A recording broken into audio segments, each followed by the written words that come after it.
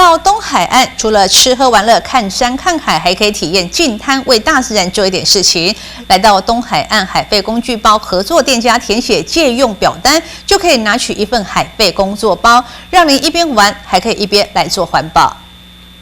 一个马来西亚的学生，他在台湾读大学，读完以后，然后他设计的一个产品，那他觉得说，我在这边做生意，我产生太多垃圾，那些垃圾最后还是回到我们生活的地方。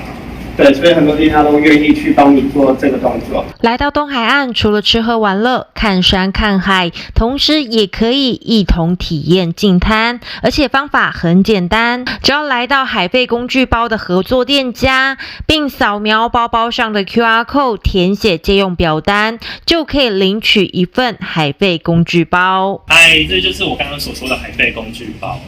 对，还有在台东这边有9家店家可以串联。然后会免费租借 A 点借 B 点还，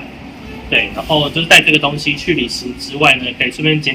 海边的垃圾啊，山上的垃圾，然后等它集满1包的时候，等你旅行要结束的时候，再去另外一个店还这样子。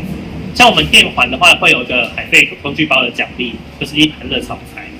对，就是希望大家在旅游的同时，也可以好好的爱护我们这个环境，创造永续旅游的部分。